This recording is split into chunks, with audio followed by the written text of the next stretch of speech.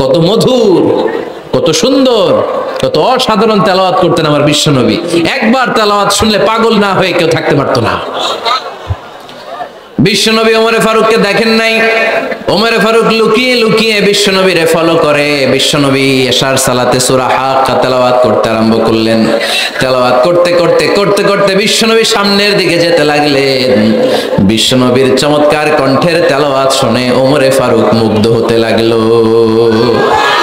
ওমরে ফারুক অবাক, কিরে এত সুন্দর শব্দের গাঁথনি, এত সুন্দর বাক্য, এত সুন্দর অন্তমিল, এত সুন্দর কথা, এটা কবিতার মতো লাগে। মনে হয় মোহাম্মদ কবি হয়ে গেছে, কাব্য প্রতিভা দিয়ে নিজেই কবিতা বানাইছে।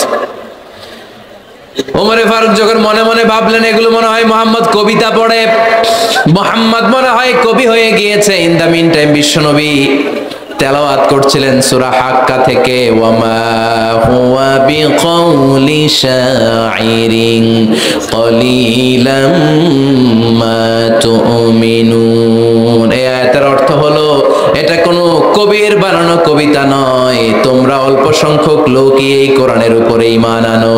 সুবহানাল্লাহ পড়ে। বিশ্বনবী ওমরে ফারুককে দেখছে নাকি? কথা কয় না, দেখেছে না? বিশ্বনবীর মতো তেলাওয়াত করে যাচ্ছেন। ওমর ফারুক যখন মনে করলেন কি রে এই কথাগুলো এত সুন্দর, তেলাওয়াত করছিলেন, কোইন্সিডেন্টলি দৈবাত মিলে গিয়েছে। ওই আয়াতের অর্থ ছিল এটা কোনো কবির বানানো কবিতা না, খুব অল্প সংখ্যকই তোমরা ঈমান আনো। এবার তো ওমর ফারুক আটকে উঠলেন, ঘটনা কি? আমি মনে মনে ভাবলাম মোহাম্মদ কবি, আর যেটা পড়তেছে এটা কবিতা, কিন্তু মোহাম্মদ আমার দেখেও নাই, কিন্তু বলতেছে এটা কবির বানানো কবিতা না। তাহলে মোহাম্মদ মনে হয় গণক হয়ে গেছে। কার মনে কি চলে না দেখেই বলতে পারে। নাউজুবিল্লাহ পড়বেন না? ওমর ফারুক এবার মনে মনে ভাবে মোহাম্মদ তাহলে কবি না, আগেরটা ভুল, ভুল ধারণা আমি করেছি। মোহাম্মদ কবি নয়, মোহাম্মদ হলো গণক। আওয়াজ করে পড়েন না আউযু বিল্লাহ। মোহাম্মদ মানুষের মনে কি চলে গণনা করে সব টের পেয়ে যায়, সব বুঝতে পারে। বিশ্বনবী তখন যে আয়াতটা তেলাওয়াত করছিলেন সেটা হলো ওয়ালা বিকাউলি কাহিনিন কলিলাম মা তাযাক্কারুন। বিশ্বনবী তখন যে আয়াতটা তেলাওয়াত করছিলেন এই আয়াতের অর্থ হলো এটা কোনো গণকের বানানো কথা নয়, খুব অল্প সংখ্যক লোকই তোমরা উপদেশ গ্রহণ করো। বিশ্বনবী ওমর ফারুককে দেখে না, কিন্তু মিলে যাচ্ছে। ওই আয়াতের পরের আয়াতটা ছিল এটা গণকের বানানো কোনো গণনা নয়, খুব অল্প সংখ্যকই তোমরা ঈমান আনো। এবার তো ওমর ফারুক বেহুশ।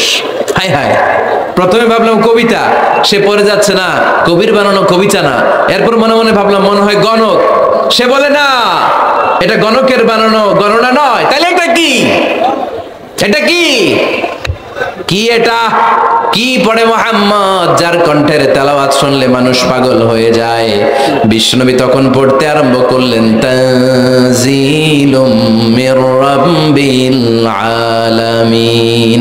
এর মানে হলো এটা কবিতা না, এটা গণকের বানানো গণনা না, মানুষের বানানো কিচ্ছু না, এটা গোটা বিশ্বের রব আল্লাহ পাকের বাণী।